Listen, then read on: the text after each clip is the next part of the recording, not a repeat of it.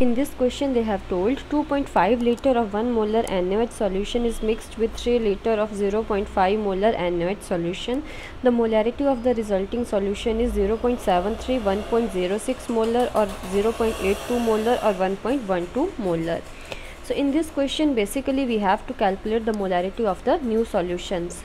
So if we come to know that what is the total amount of NaOH which is dissolved in 2.5 plus 3 liter, which will give you 5.5 liter. Okay, so if we come to know that what is the amount of NaOH that is dissolved in 5.5 liter, then we can tell its molarity. So first we have to check that what is the total amount of NaOH.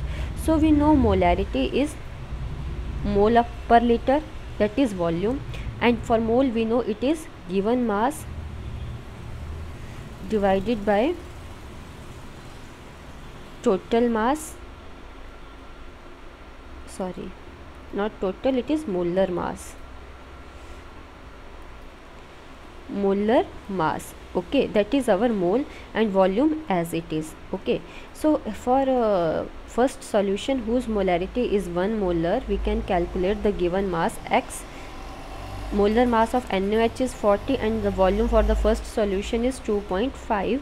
So it will give you x is equal to 40 into 2.5. So it will give 100 gram. Okay, and for the second solution whose molarity is 0.5, it will give you x upon 40 into the volume for the second solution is 3 liter.